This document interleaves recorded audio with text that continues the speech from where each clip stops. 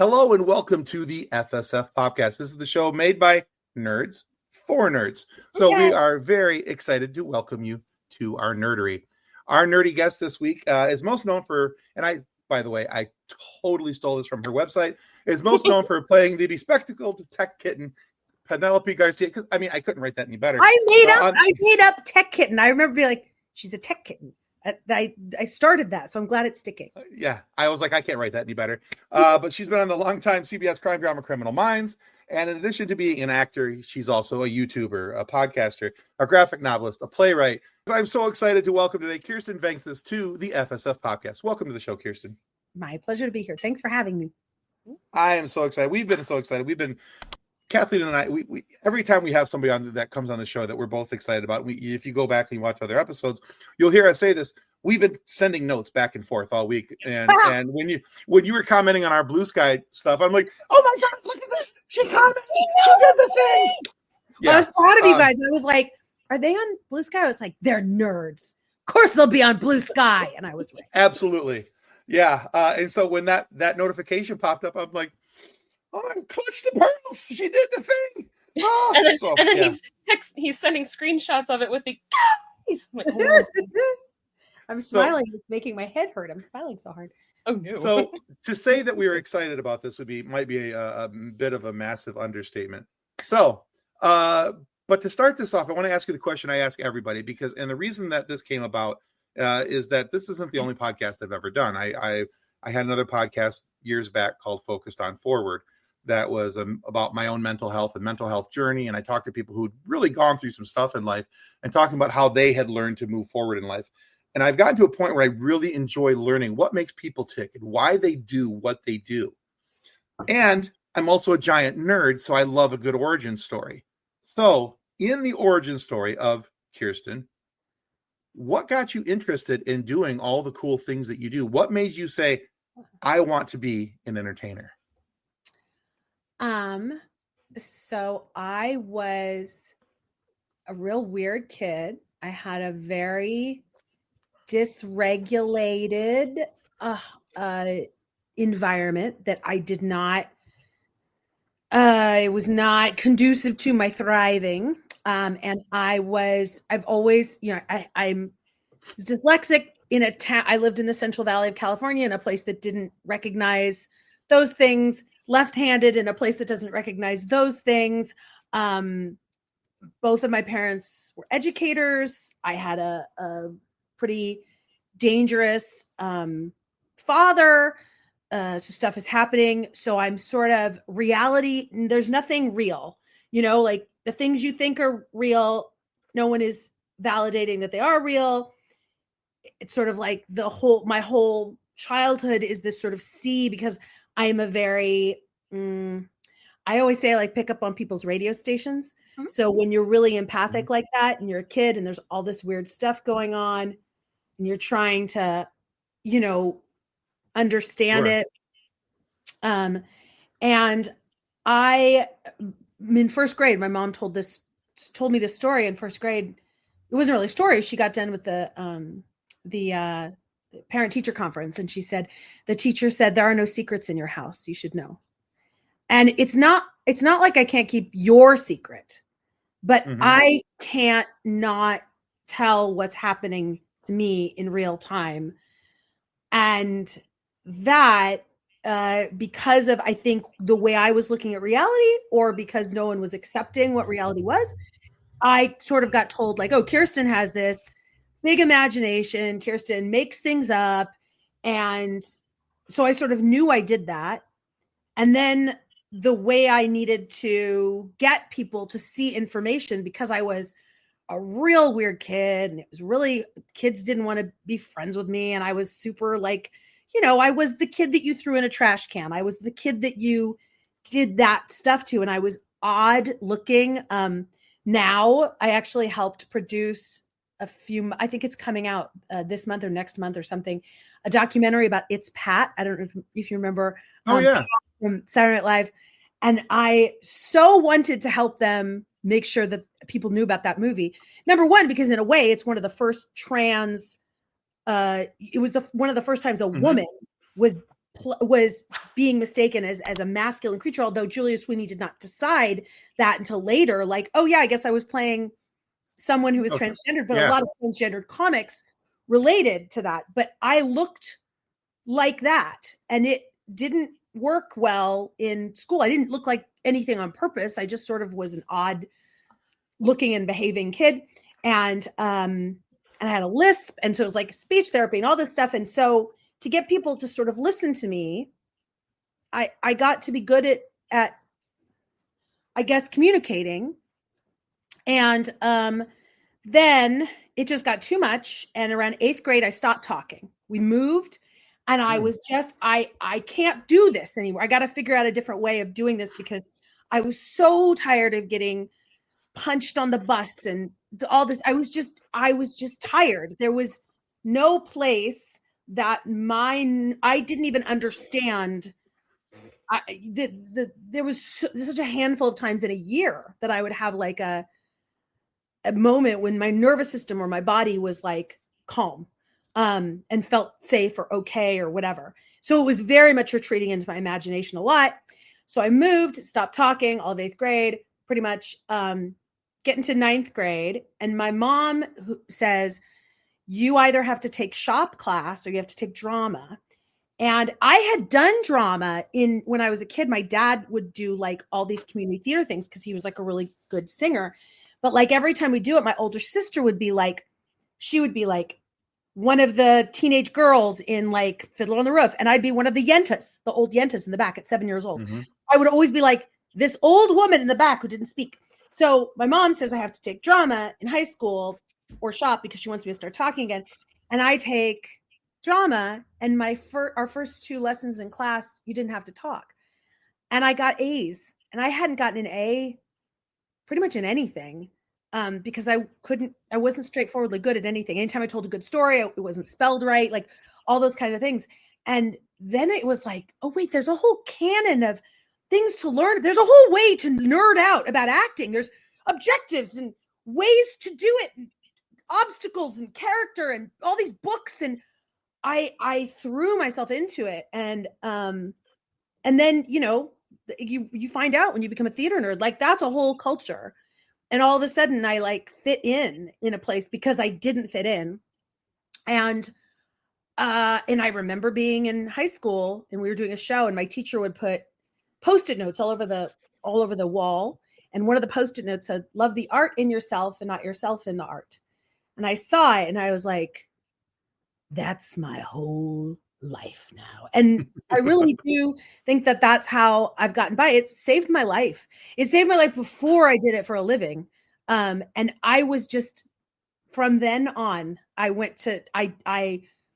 barely got through high school. I basically flunked. I went to community college and did any play I could. And then I got A's in college and then I went into regular college and then just thought, I'm going to just have to do this.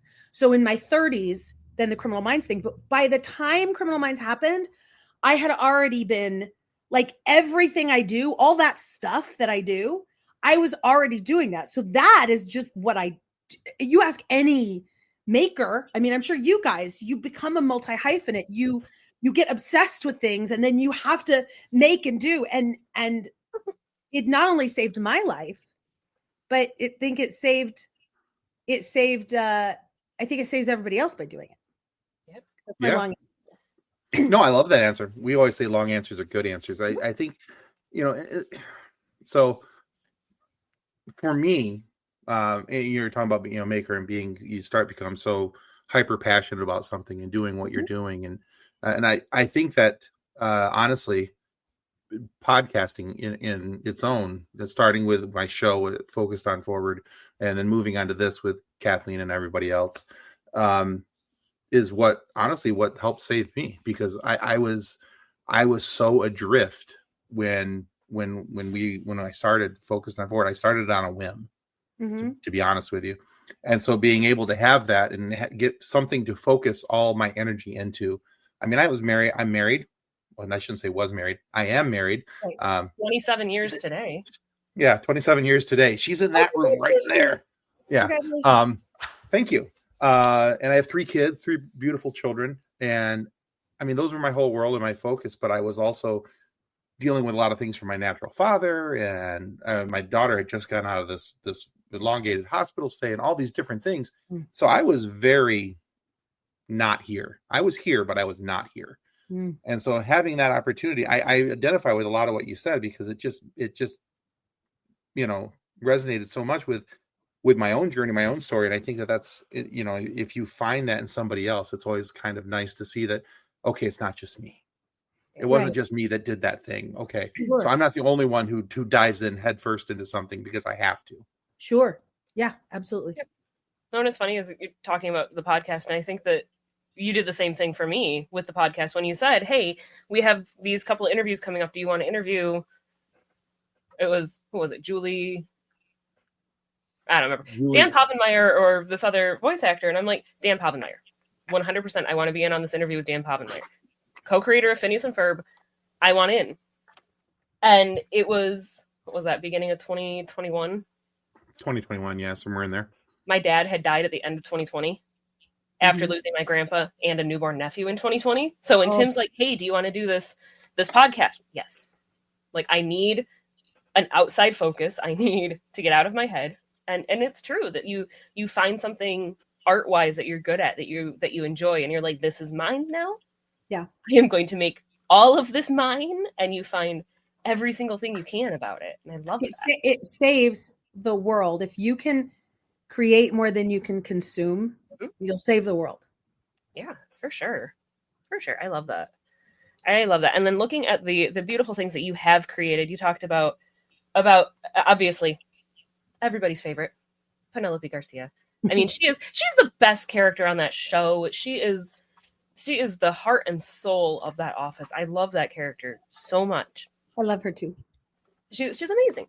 But as we were like preparing for the interview, and I was thinking about it, and I'm thinking about different story arcs that happened with Penelope. And there's season 3, the episode's Lucky and Penelope when you get shot. Sure.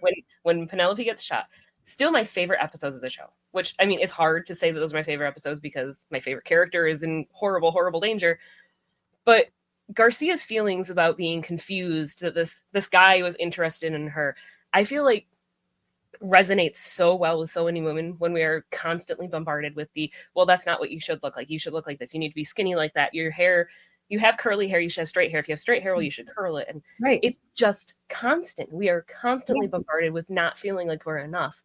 Yeah. And I was looking at that vulnerability that we see in Penelope in those episodes. And I wanted to talk to you about how it was portraying that vulnerable side of her, how it felt to have her be that raw and open for everybody. Oh, I love it. I prefer it. And right before we did that, when I was on break that season 2, I had done the West Coast premiere of this playwright named Neil LaBute, this play he had written called Fat Pig. And it was a play about a woman. And it's interesting because now it's been obviously a minute since then. And I was considered, and I mean, this is just a descriptor, and I am not like, all sizes are great sizes to me. And I have been all different sizes, and I will continue to be. I was supposed to be the really, really, really, really fat girl. And I was in a fat suit, and I had to roll around in bed. It was me, Chris Pine, Star Trek, Chris Pine, Scott Wolf, and Andre Anders. So all 3 other people, traditionally sort of beautiful, small people, physically small. I'm broad-shouldered like you. So, except for, no, Chris Pine's femur bone is like the size of my whole body. So I take that back. I mean, Chris Pine's, yeah. But I had to roll around in bed, multiple times a week with someone, and I would do this play about my body. So when we got to do that episode, I remember the writers have always been very collaborative with me. I think I can say with confidence that depending upon the episode, I'm rewriting, not changing the information, right? But like putting it in Garcia colloquialness, 90% of the time, sometimes not, but sometimes yes.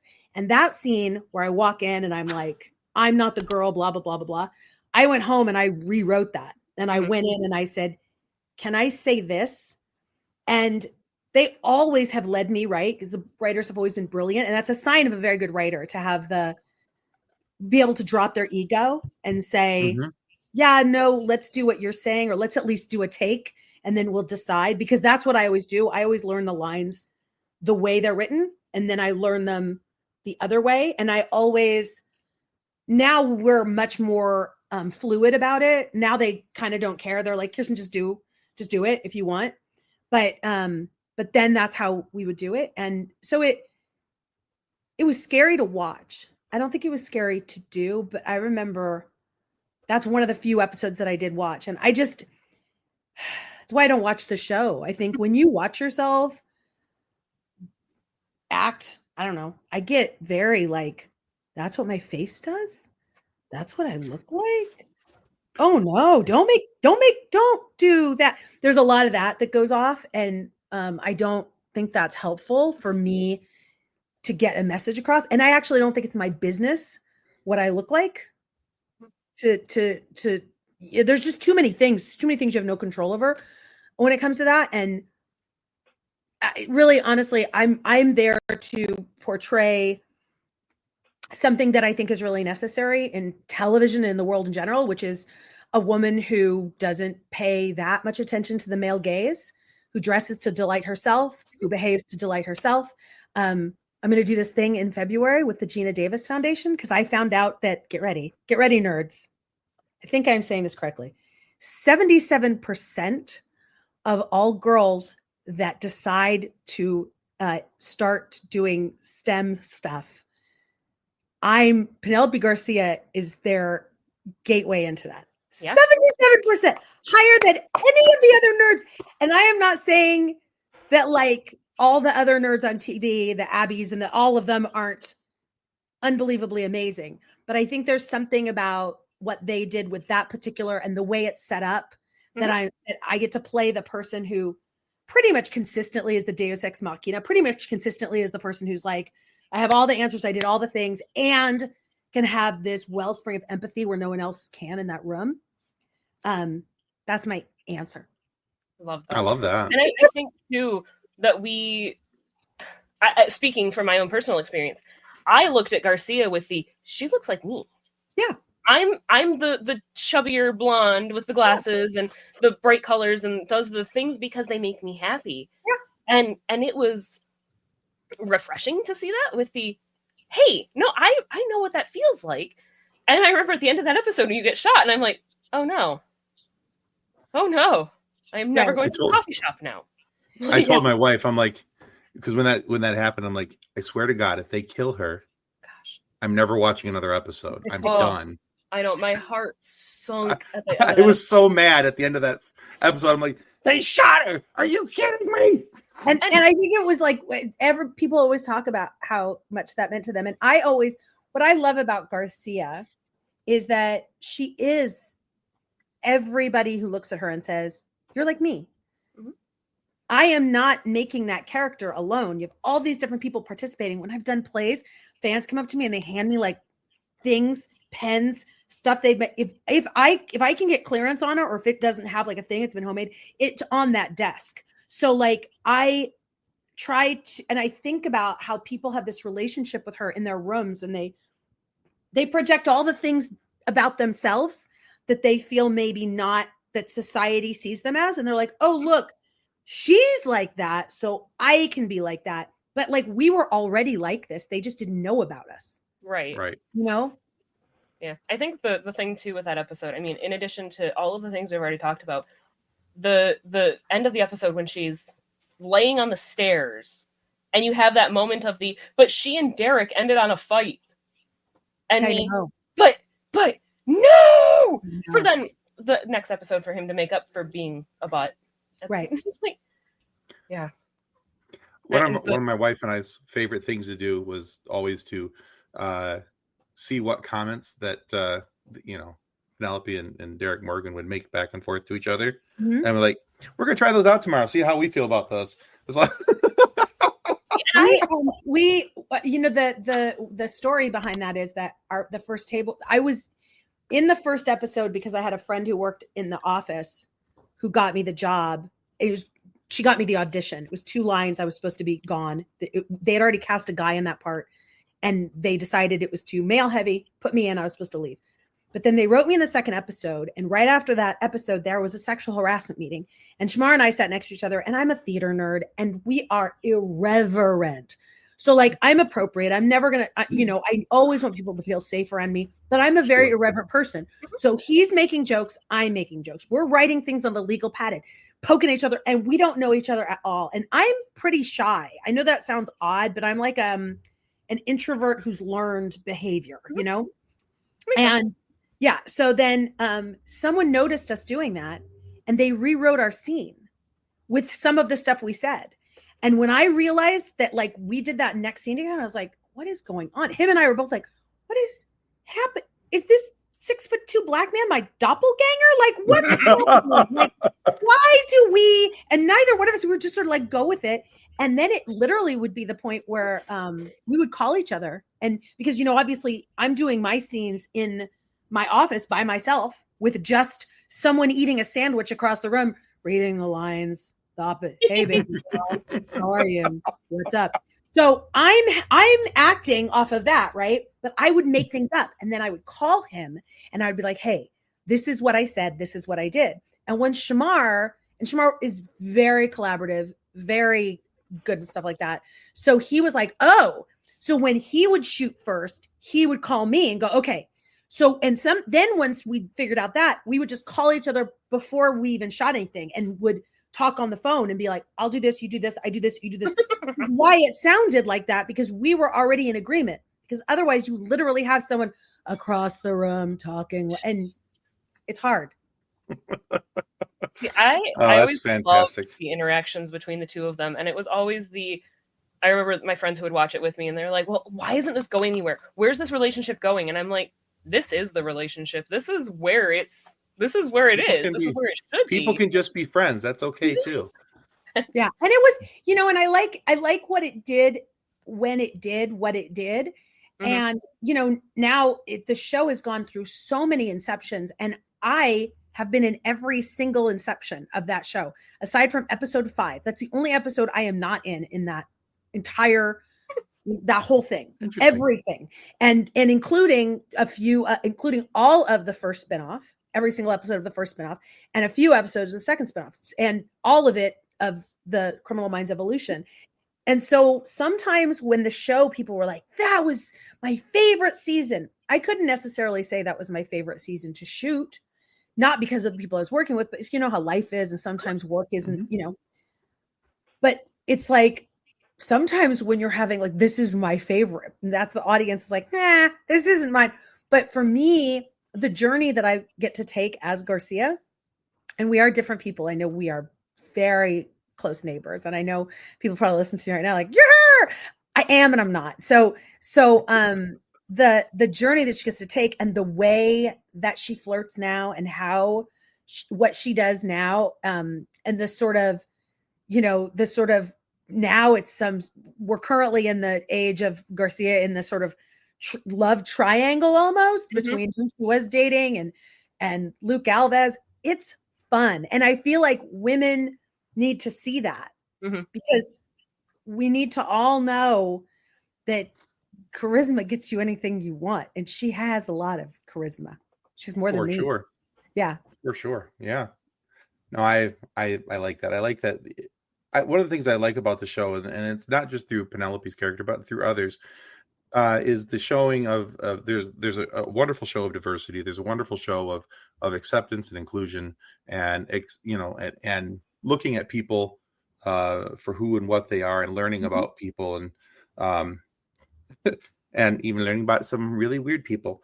But I think it's about when it sings, and I think what it's about, and I think it's true just in life, it's about behavior. Everybody gets to choose your behavior right now. I mean, some people can't because they're so deep in their own narcissism, they can't. And that's really sad. That's so sad that they don't even have anything in there to reach. But almost all of us get to choose our behavior. And so that's what I love about the show. That's why I think it really sings, is when it's like monsters are made by monsters. So we need to check our behavior towards each other. Mm-hmm. For sure. All right, let's switch gears just a little bit. So now I forgot to do it till today, but I did subscribe today. I've been watching some of your Kirsten's Agenda. Oh my goodness. It's a little dated now. I need to make more. Season 2, though. I think season 2 really, really still works. It does. Honestly, it's not that dated. It's okay. First things first. I love the song intro. Oh, I wrote that myself. Thank you. That's fantastic. And I love the fact that they're little bite-sized episodes. I mean, 10 minutes. I mean, you can watch an episode. I watched about 4 or 5 before I realized that I had watched 4 or 5 and just kind of. But I also like how you're tackling a variety of topics. There's no one lean. You're not. This episode might be about this thing over here. This one might be about this one over here, and then you come plowing right down the center with something completely off shelf from the other 2 episodes. I actually really like that. Works well with my ADHD mind, and it's kind of like a little bit of the 10 minutes and shiny for something new. So the question is, how did you get started in this process? What made you say, you know what, I need something else to put my time into? During the pandemic, I think it was actually the night of, there was all the political unrest right after George Floyd, and down my street, there was like a fire. I could hear the cops were just like, it was scary to listen to these cop almost machines that I had never heard. And I read a book on Instagram. And then the next night I read another book, and the next night. And I had started during COVID, doing a show called Pie Chart. I just do it on my Instagram because I was like, we're all freaking out. We need things to do. So I made up a show called Pie Chart. I do that in the morning. And if you look at my back on my Instagram, you'll find them. And I did this show called Night Stories, where I would tell a story every night.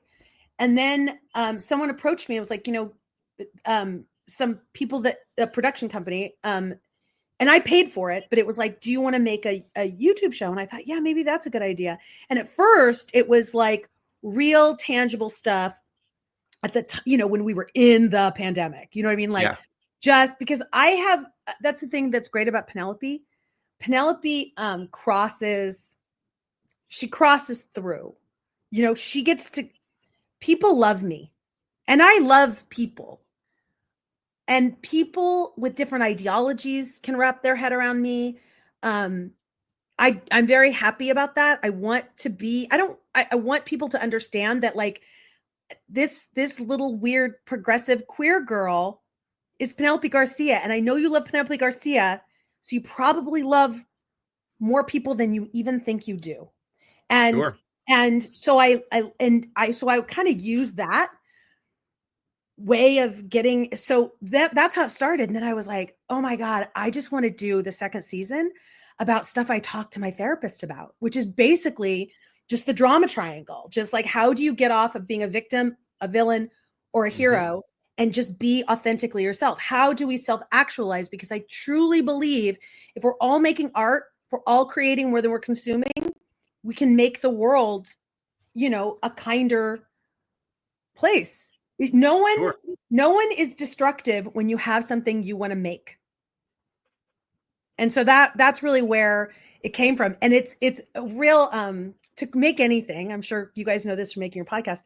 I was talking to someone the other day because I'm writing something for something. And I said, 90% of it is just imposter syndrome. 90% of it is me screaming at myself saying, you're stupid. This is stupid. No one's going to like it. It's stupid. It's stupid. It's stupid. And just going, thank you for trying to keep me safe. Thank you for trying to keep me safe, and forging ahead. So making those, it was hard because I'm listening to those screens. It's so much easier just to sit and consume something someone else made.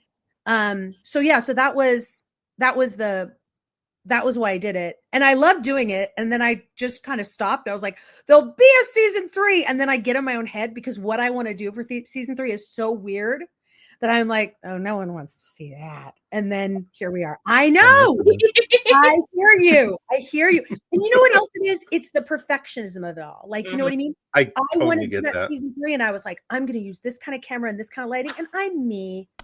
I can't.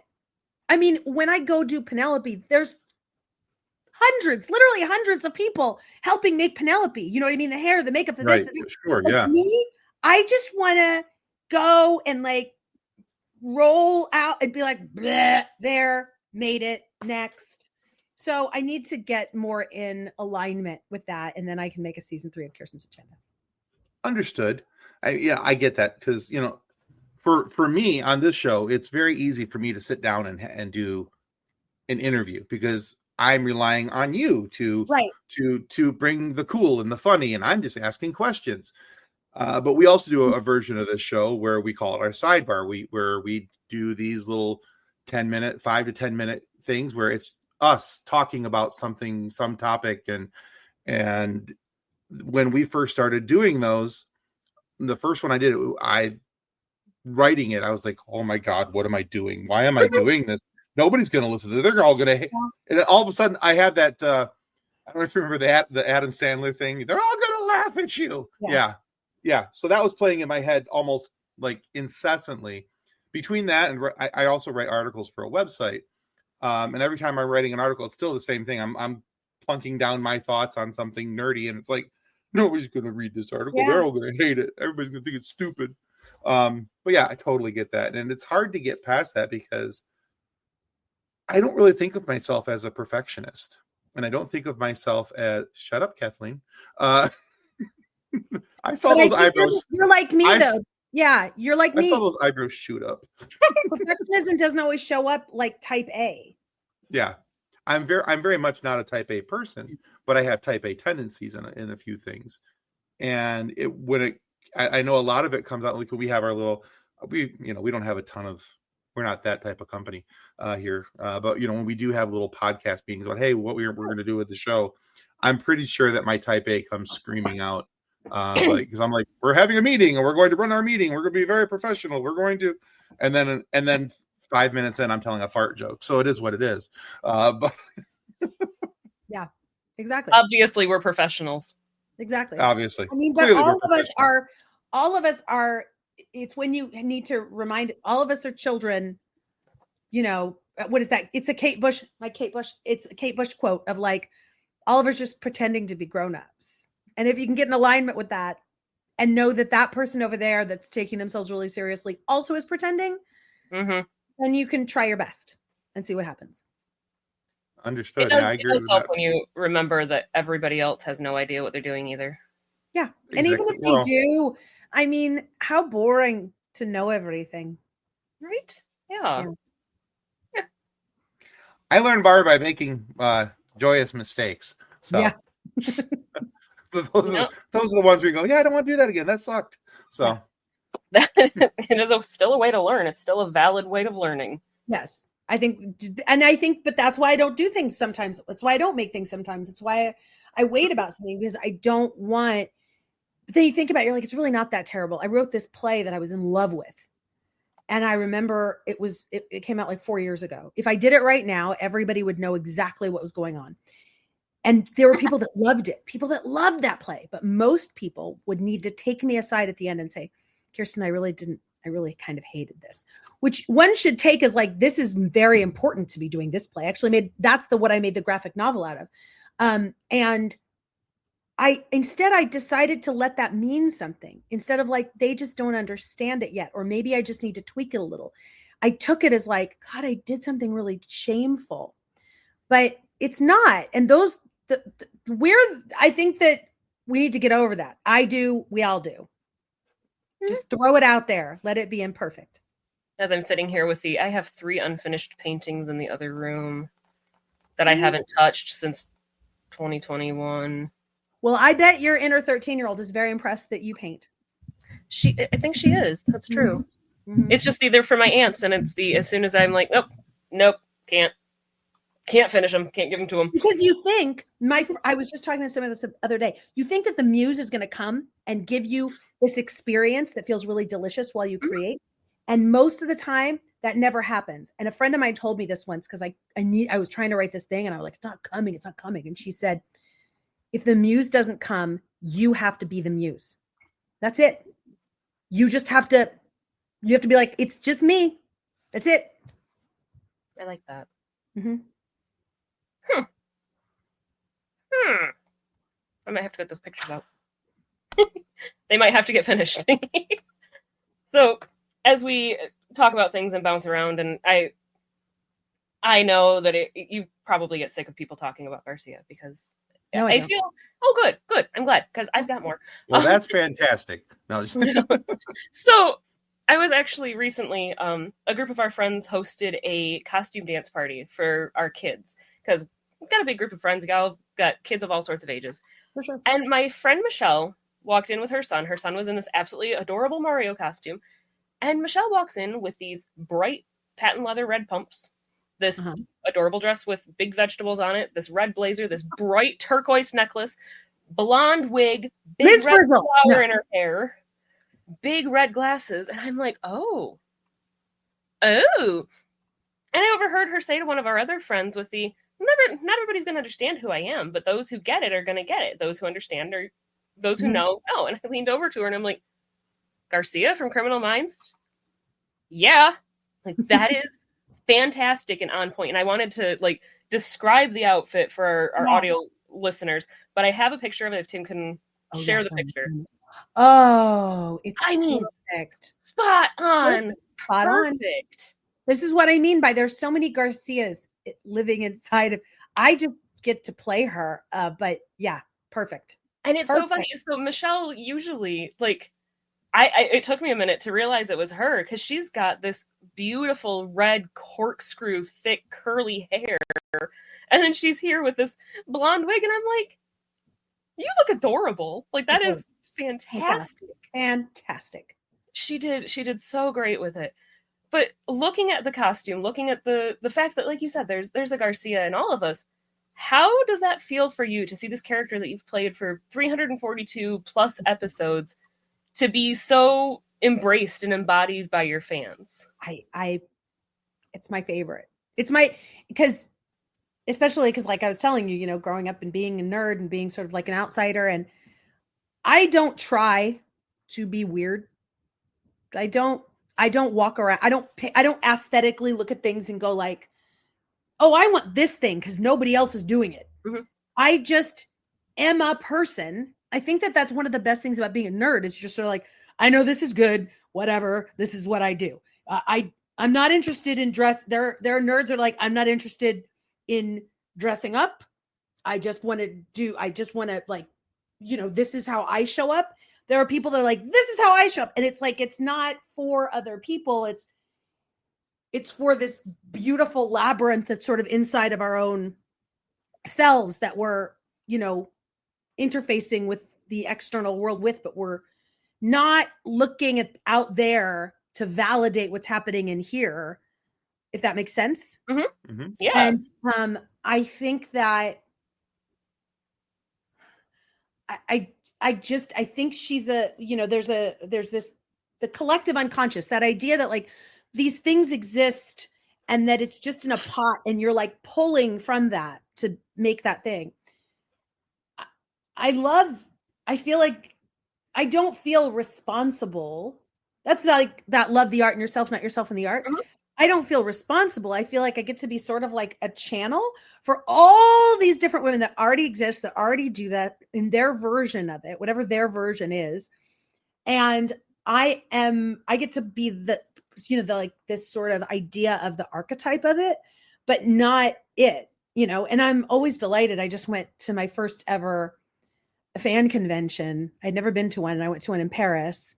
Awesome. Me and Adam Rodriguez went, and there were people dressed up like Garcia, and I just was so charmed. And I got to talk to all these different people that had these really intense relationships with the character, telling me about how they watched it with their grandmother, or telling me about this harrowing thing that they had to deal with, and that has nothing to do with me. That's them. and so beautiful about human beings being able to interface with a two-dimensional image and project all this stuff and extract all this stuff. So just that I get to be part of that process tangentially is just an honor. That's so cool. That's got to be so surreal to be at a con like that and to see people portraying your character. That's got to be just the funnest thing. And nobody does it. Everybody does it perfectly. And also, I don't play it. I don't know what it would be like. I'm very curious, because I'm going to do this my whole life. So I'm meaning not play Garcia, but create and act and stuff. So I'm very curious because I play a good villain. So I'm like, someday I'm going to play someone evil. And I don't think people are going to act like this because I play such a person that you're watching it and you're all hyped up. And then she comes and you're like, oh, okay, everything's going to be okay. right. So I go through the world. And like when I was in Paris, just old women are just coming up and just grabbing me and kissing me. And but it's not creepy because you can even feel off of them like, oh, you're just, you know what I mean? Like, so Yeah. it's wonderful. It's strange. It never gets old. Yeah, it's quite an adventure. That's so cool. We're going to have to get you to a Michigan Comic-Con. Yeah. Oh yeah. Yeah, for sure. For sure. That would be amazing. Yeah, I know a lot of people who would actually show up as you to I wouldn't even have to buy anything. I would not. That's the other thing. Most women who relate to her wouldn't. My daughter Kendall would show up and she would just be thrilled. So yeah. No, Kendall would just pull stuff out of her closet too. Like perfect. Very much so. Yeah. Like I'm already looking at it with I know exactly what skirt I would grab, what top I would grab, what shoes I would grab. Easy. So yeah. I love it. She's the perfect Halloween costume. She is. There you go. She really is. All right. So Kirsten, we have a silly question for you. Okay, I'm ready. Okay. It's really not that silly. We just like to call it a silly question because we like to think that this is a serious, silly question because we take this topic seriously. It's a very serious question.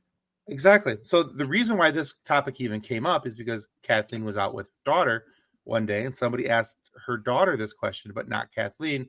And Kathleen was thusly offended. And we thought we should ask everybody from here on out because there's no time when you should age out of this question. Okay, ready. So, Kirsten. Yes. What's your favorite dinosaur? Oh, okay. She's like, oh, okay, this is much better than I thought it was going to be.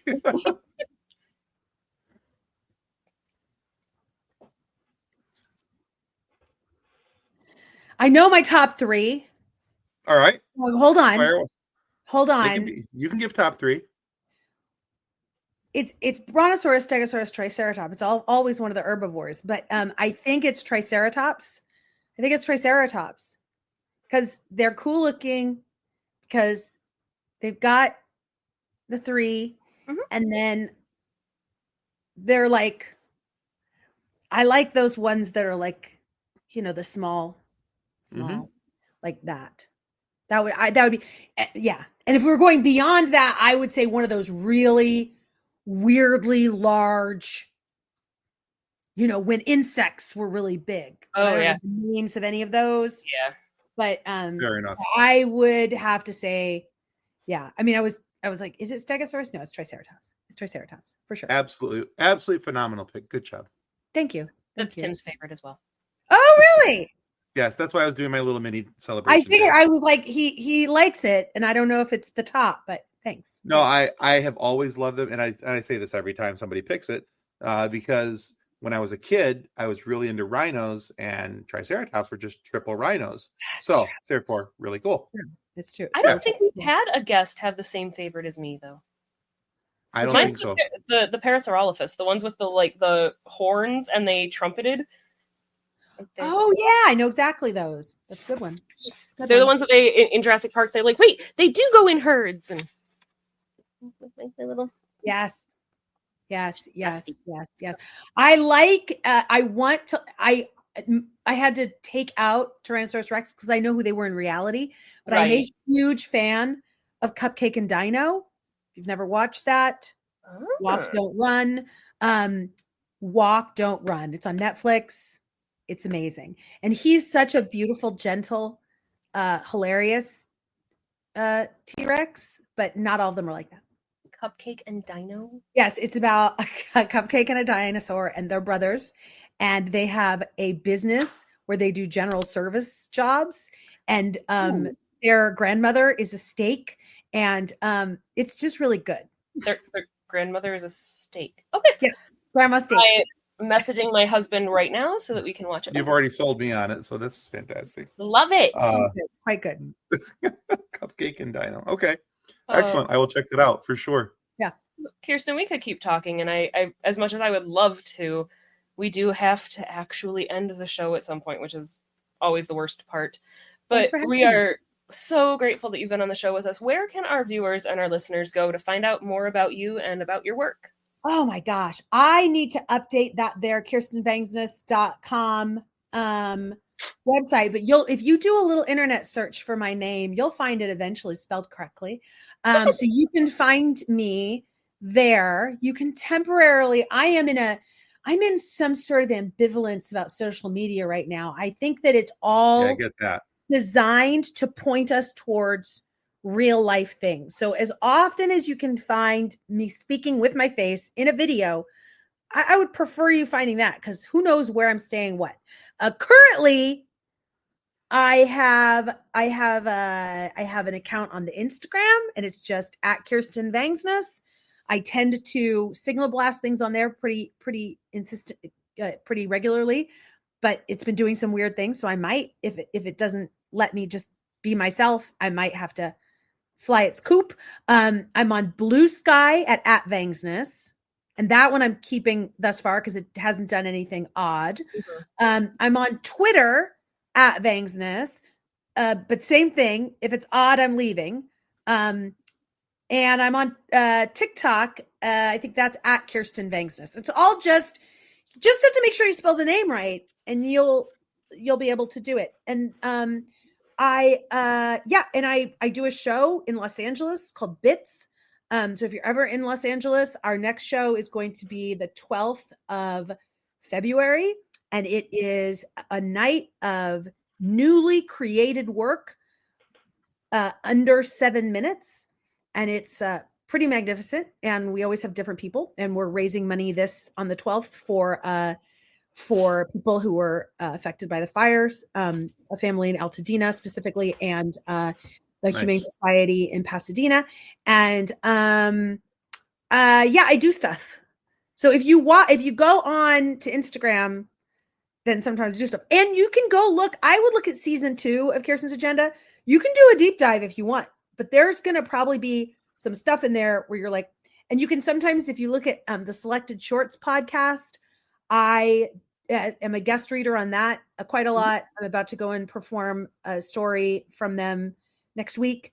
I make things. So if you follow me on that Instagram or something, I am not shy about telling you what I'm doing. And then also, perfect. I think that sometime in the spring, what season is next? Spring is next.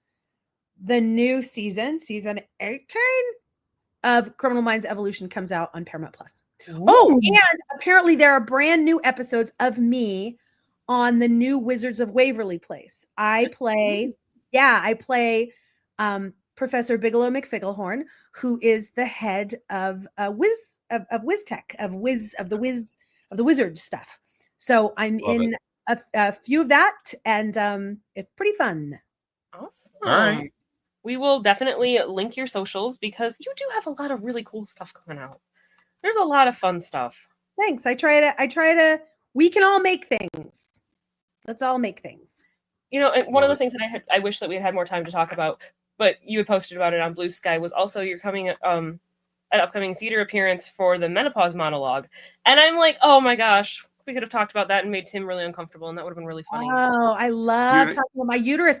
I actually am sending them a Narnian drawing of my uterus that I had made, a Narnian map of my, not uterus, the whole business.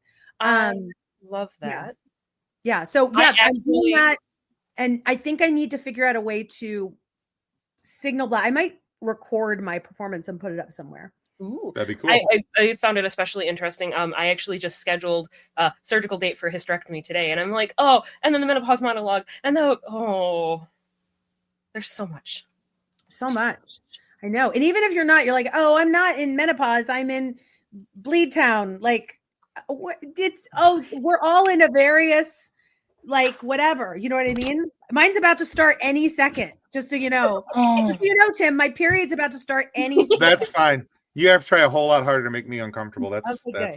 See, what was really good is that, and my sister's going to hate me for this if she actually ever watches this. My sister had a doctor's appointment not that long ago, and she had a couple of different symptoms that she was worried about. And her doctor's like, well, you're 36. It's probably just perimenopause. And she's like, oh no. No, it's once you learn about it. I was explaining to somebody, it is the modern day equivalent of like back in the day when like friars had to go down a stone step with like a waxy candle and like cross-reference a scroll with a giant book, something about a dragon. That's what it's like as a woman trying to learn about your health. Like yes. it's just a sense of what it's like in any age. That's why we all have to communicate with each other, because I think about this. You'd never hear guys be like, I tried to be intimate with her once. It hurt really bad, but I loved her so much I kept going. You never hear a guy say that.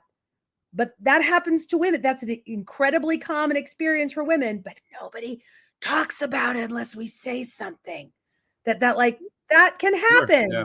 You can do things. So that's why it's important to make art and whatever and talk about it. Yeah. Sorry. I feel no apology needed. So when people are like, oh, you're not weirded out by this. So true story. When my wife and I first got married, she was like apologizing all over the place because she needed some pads, and it was during her period. And I'm like, okay, I'll go to the store and get them. She's like, you're not weirded out by that? And I'm like, no. So I'm in the grocery line. Yeah. I bought her wine. I had chocolate. I had flowers, and I bought her pads. Great. And the guy behind me, I was at like a little convenience store here in Michigan. We call them party stores. So I was at the party store. The guy behind me had decided to go get something off the magazine rack that was behind the wooden section where you had to like move things to see the adult magazines. Right. And he had this adult magazine pack, and I had to turn and look back at him as he's holding this packet of magazines, and I setting my stuff down and went, huh, I got a real girl. So yeah, that stuff doesn't bother me. It is what it is. Yeah. So and then you have people like my dad, who was when my husband and I were newly engaged, I think my dad at one point told my husband that if you're going to use it, you have to help take care of it. That's a good point. And I'm like, wow, Dad. I mean, also I agree, but still, wow, Dad. And actually, I could see your dad saying this. So that's kind of funny. I know, right? I only met her dad a couple of times, but he was amusing to me. The man didn't shut up until he was dead. So no. All right, guys. We'll take this opportunity to remind you that subscribing is the single most important thing you can do to help our show continue to grow. Get amazing guests like Kirsten here today to come and keep coming back and talking with us and having these funny moments and educational moments as well. We just gave you some education on the female reproductive system. So pay attention to that, because there's a lot of de-education going on right now. Yeah. So please subscribe. Subscribing here on YouTube helps us. And go check us out on BlueSky, because that's where we're going to be spending a lot of our social media time, is on BlueSky. It does appear to be that's the case, because the other channels are getting a little Willy Wonka for me. Weird. Anyway, they were very weird. And go check out Kirsten's stuff. You're not going to be disappointed. All of her stuff. If you're worried about spelling the name, don't worry about that. Just copy and paste from the links down below. We'll have all those there for you. So, Kirsten, thank you so much for coming onto the show. My pleasure. Loved this truly, madly, deeply. We are not Savage Garden, but we are using their lyrics. And just want to say thank you to everybody for listening. And may the force continue to be with you as you live long and prosper. Goodbye. Bye. Copyright 2025 FSF Podcast. Reference any specific product or entity mentioned on this podcast does not constitute an endorsement or recommendation by FSF Podcast. The views expressed by guests are their own, and their appearance on the program does not imply an endorsement of them or any entity they represent. If you have any questions about this disclaimer, please contact us via email at info@fsfpopcast.com.